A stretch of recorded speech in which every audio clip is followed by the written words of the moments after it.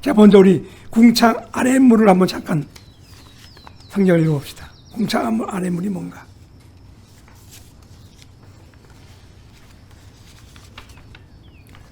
고린도후서 3장 3절. 먹으러 쓴 것이 아니고 어디에 썼다고? 마음의 돌비에 새긴 것이다. 먹으러 쓴 말이 뭐예요? 인쇄된 말. 성경이, 여러분, 자, 이 성경이 뭐로 썼어?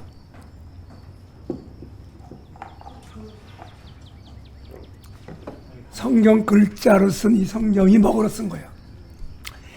성경을 글자 먹으러 쓴 것으로 해석하면 그게 뭐예요? 그게 뭐예요? 공차 아랫물입니다. 지금 전부 다 공차 아랫물 가지고 공부하잖아. 성경 공부할 때 공차 아랫물 가지고 원어를 해석하면서 이건 이런 뜻입니다. 이렇게 공차 아랫물로 하면 그것이 바로 공차 아랫물이라는 거예요. 이걸 잘 해석한 사람을 참 성경 많이 알고 해석 많이 한다. 그게 3장 6절에 나오는 무슨 뭐냐. 넘어가서 고린도후서 3장 6절 보세요. 의문으로 하는 것은 뭐야?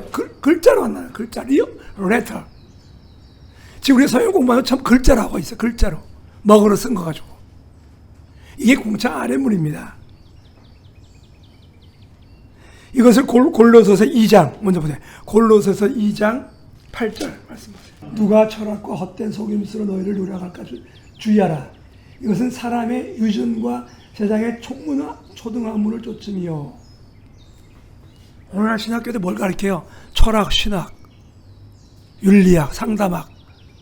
막 이걸 잘 공부해서 이걸로 가르쳐. 이게 뭐예요? 공차 아랫물입니다.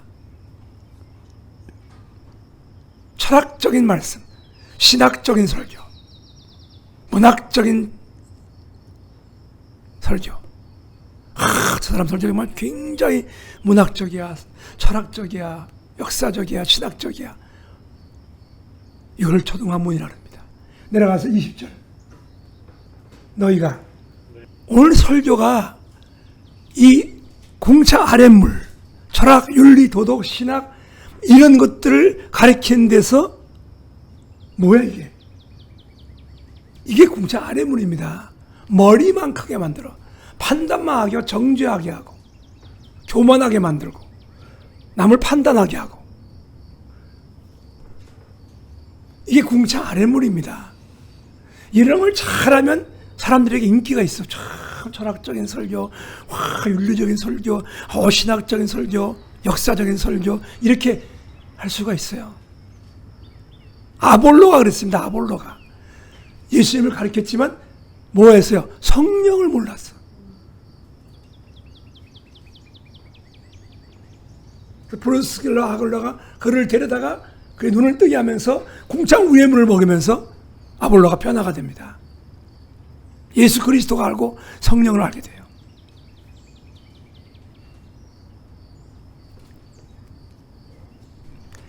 자, 그래서 궁창 위의 물.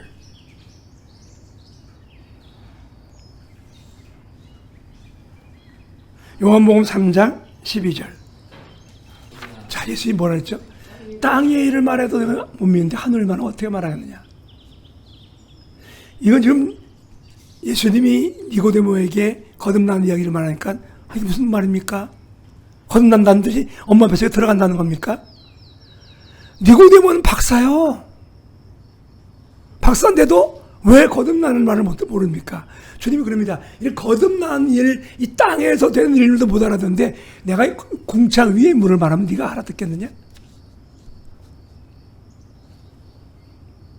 그러면 이 궁창 위의 물은 뭘까요? 고린도전서 2장 봅시다.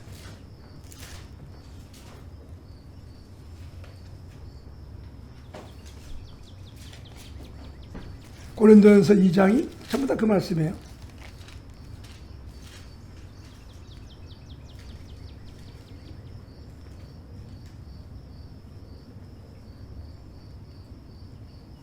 자, 아니 9절 기록된 바 놀라운 말씀이죠. 이 성경은 성령 하나님의 영이 기록하신 말씀이기 때문에 인간의 지혜와 지식으로는 몰라. 안다는 게 뭡니까? 철학, 윤리, 도덕 이런 땅의 것을 가지고 해석한단 말이에요. 그러면 그거는 영을 변화 못 시킨다는 거예요. 뭘로 해야 돼? 성령이 가르친 것으로 해야 돼. 궁창 위의 물을 가지고 가르쳐야 된다. 바울이 이 말씀을 언제 합니까? 눈에서 비늘이 떨어지고 육의 비늘이 떨어지면서 영의 것이 깨달아지면서 이거구나. 그래서 한 말씀이 이겁니다. 인간의 지혜로 가르친 것들은 다 땅에 있는 것들이죠. 성령이 가르쳐 주신 영의 것, 궁창 위의 물을 먹어야 궁창 위의 물을 전할 수가 있다는 거예요. 먹으로 쓴 거, 잉크로 쓴 거, 인쇄된 말, 레터, 글자, 이건 영을 살리지 못한다. 거기에 매달려 있지 마라. 인간이 가르친, 인간에게서 배운, 사람에게서 배운 것.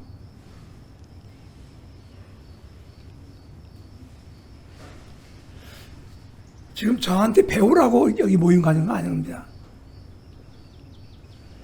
제가 성령로부터 먹은 말씀들을 나눠줌으로 여러분들 그 말씀을 먹고 여러분도 그 영이 열려서 그걸 먹으라는 거 이렇게. 갈라디아 1장 12절 바울이 그 말을 합니다.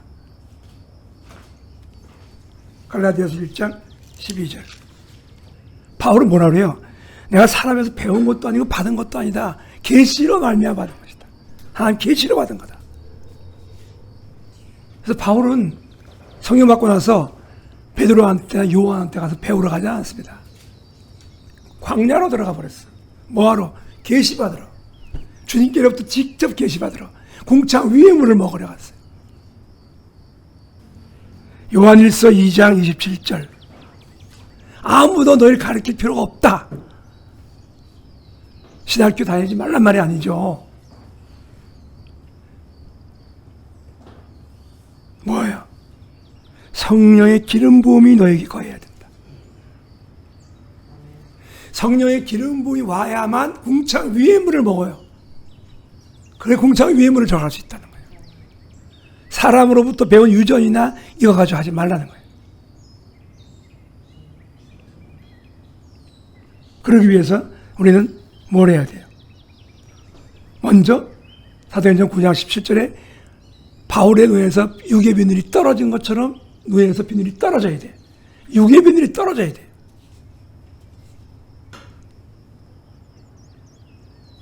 떨어지기 위해서 다윗처럼 기도해야 됩니다. 시편 119편에 계속 다윗은 기도하죠. 주여 내 눈을 열어서 주의 기이한 법을 보게 하소서. 보게 하소서. 보게 하소서.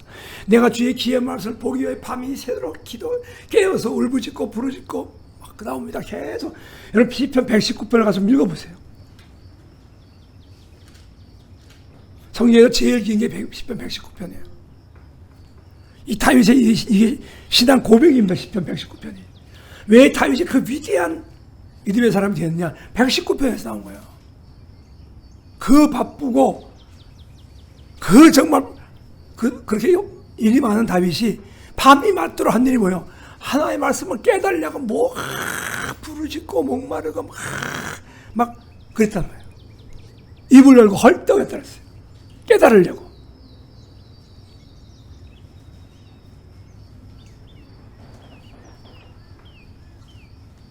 제가 그러죠. 하나님이 열어주신 다음부터 내가 모든 집회를 캔슬하고 한 달에 성경 성령을 3번, 4번 읽었다고. 이렇게 헐떡였어. 막 갈급해가지고 막 깨달으려고 하다 보니까 모든 거 취소하고 한 달에 3번씩, 4번씩 막 하니까 그때 열어지더라고. 그때 열어주신 거죠. 난 그때가 지금 다시 너무너무 아쉬워. 다시 해야겠다 마음이 드는데 모르겠어요. 할런지.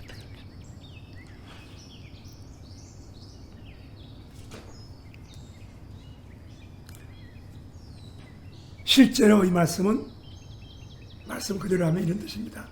하나님이 궁창, 포머먼트, 궁창을 만들어 놓고 그거를 헤븐, 궁창을 만들어 놓고 하늘이라고 하시죠. 그리고 그 위에 물을 있게 하고 그 아래 물을 있게 하셨어요. 이거 영적인 것을 지금 그런 뜻입니다. 공창 위에 영적인 말이 있고 아래 말씀이 있다는 뜻이에요. 영적으로는. 그러나 실제는 뭡니까? 실제는 그대로요. 하나님이 하늘을 만드시고 그 하늘 위에도 물이 아래도 물이 있게 하셨어요. 그러니까 지구라는 이 땅이 있으면 그 공창, 허먼트 있잖아. 공간. 이 공간 아래도 물이 있게 하고 그 공간 위에도 물이 있게 했단 말은 뭡니까? 지구를 공간을 놓고 그 위에 물이 있게 하셔서 마치 지구가 온실 같았어요. 온실. 그러니까 이 과학적으로 증명이 되죠. 그러다가 하나님이 창세기 7장을 보세요. 홍수가 뭔가? 하늘에서 비가 쏟아진 게 홍수가 아니에요.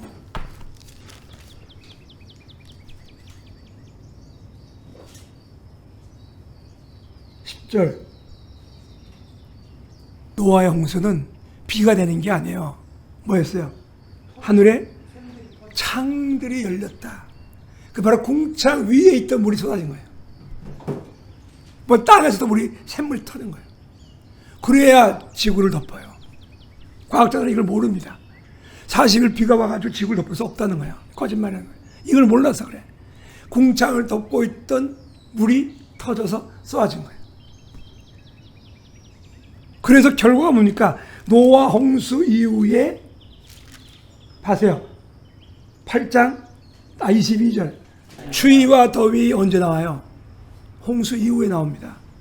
그럼 이전에는 추위 더위가 없었어. 지구 전체가 온실 안에 있는 것 같이 똑같은 온도였어. 증명이 된 거죠, 과학적으로. 공창 위에 물이 됐다는 거예요. 그게 터지면서 온실 효과가 없어지고 더위 추위가 생긴 거예요. 그러니까 지금 과학자들이 뭘 발견합니까? 홍수 이전엔 지구 전체가 똑같은 기후였다. 침이 없어, 다 있었어. 증명이 되는 겁니다. 증명이. 터진 다음부터 뭐가 나온 거예요? 더위 추위가 생긴 거예요. 공창 개념이 없어진 거예요. 그 온실 개념이 없어진 겁니다. 이게 다 창세기 공부하면 다 증명이 돼요. 나는 지금도 내가 바다를 좋아해서 바다에 가지만 바닷가에 이렇게 앉아있으면 참 신기한 게 있어. 물이 딱 왔다가는 더 이상 안 와.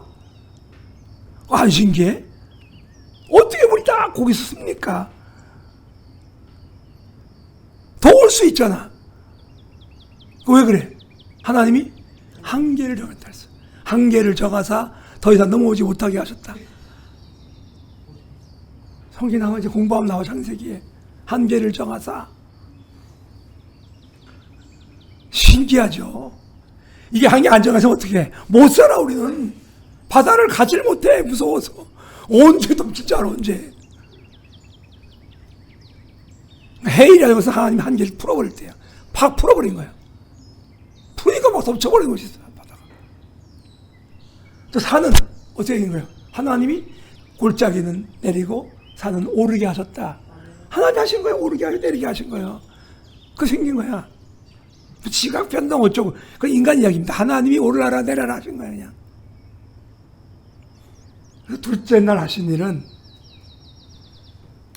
궁창 위의 물과 아래의 물로 분리해 놓고, 자, 이 답이 나옵니다.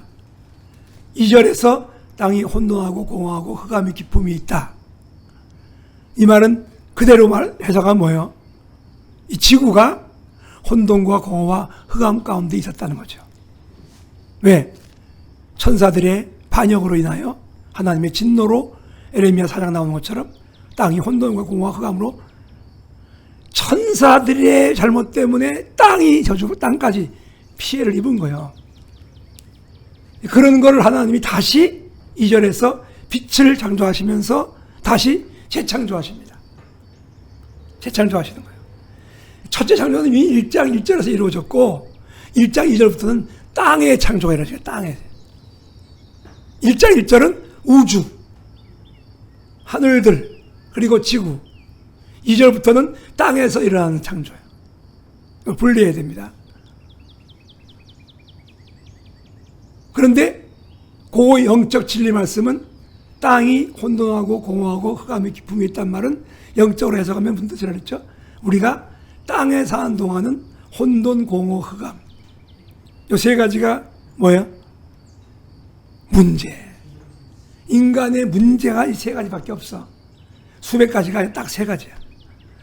질서가 없이 막 섞여 있는 게 문제고, 주머니가 비어 있고 냉장고가 비었고 쌀이 떡이 빈 게 문제고, 그다음엔 쌀이 있고 냉장고가 있어도 해결할 수 없는 캄캄함, 암 같은 문제가 캄캄함이에요. 이 세 가지 문제밖에 없어요. 인간이 땅에 몸을 딛고 있는 순간은 끊임없이 이 문제가 온다는 거예요. 그런데 이 문제를 하나님이 어떻게 해결하십니까? 빛이 있으라 하고 빛을 창조하심으로 요 세 가지 문제가 하나씩 해결이 됩니다. 빛을 창조함으로 뭐가 해결돼? 어둠 문제가 해결돼요. 어둠. 이게 적용이에요. 적용. 예수 믿고 복 받으세요. 교회 나오세요. 그러면 좀 가사비 가정이 엉망이니까 좀 해결하고 나가겠습니다. 이 말은 뭐예요? 혼돈 문제 해결하고 나오겠다는 거예요. 지금 사람이 없고 돈이 없어서 못 나가요. 돈 좀 생기면 나갈게요. 이건 뭐예요? 공허를 채우고 가겠다는 거예요. 아니야. 죽어도 못해. 혼돈한 채로 공허한 채로 빛 대신 주님께로 나오란 말이야. 그래서 하나님이 빛부터 창조하신 거예요. 어둠 문제 해결하고 빛과 어둠을 나누사, 궁창 아래 물과 위의 물로 나누사, 분리요. 또 뒤에 물, 바다와 육지를 나누사. 이거 하나님이 해결하는 방법입니다. 순서입니다. 성공학교도 마찬가지예요. 이제 첫째는 뭐예요? 빛. 무조건 빛 대신 주님께로 나아가는 것이 모든 문제 해결의 첫 번째예요. 빛. 주님으로서 빛부터 시작하신 거예요. 분리시키는 거예요. 분리. 나누라. 왜 사업이 안 돼? 왜 가정이 안 돼? 왜 안 풀려? 나누지 않아서 그래. 하나님의 것과 내 것을 좀 나눠. 떼어먹지 마. 분리시켜. 하나님의 날과 내 날을 좀 분리해. 분리가 안 되면 축복할 수 없어. 하나님 분리시킨 다음에 뭐합니까? 채우잖아. 되면 채워.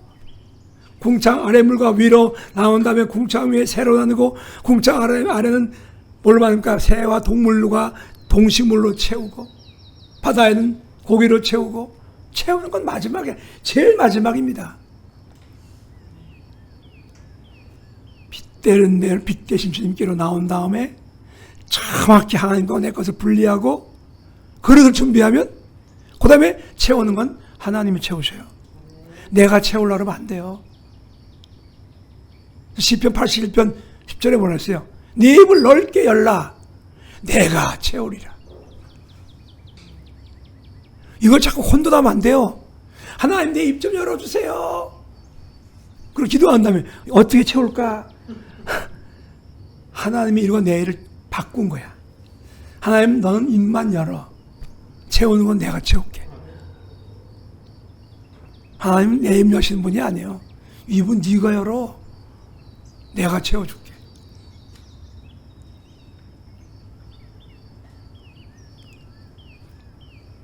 정확히 분리하시기 시작하신다는 거. 여러분 기억하세요? 내 가정과 사업과 삶 속에 채워지지 않는 것은 분리가 안 됐기 때문이에요. 먼저는 빛으로 가지 않았기 때문이고, 어둠 속에 있기 때문이고, 빛 대신 주님 앞에 나왔는데도 채워지지 않는다. 분리가 안 된 거예요. 분리. 빨리 분리해.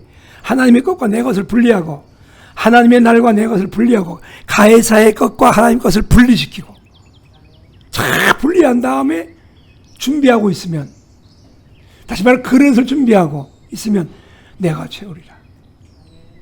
이제 어떤 그릇 준비할 것은 다음에 말씀드리겠습니다. 여하튼 우리 오늘 핵심적인 말씀은 궁창 아래 물과 위에 물이 있다는 것. 궁창 위에 물은 머리만 크게 하고 판단하게 만들고 영을 죽이고, 그러나 궁창 위에 물은 살리는 물이에요.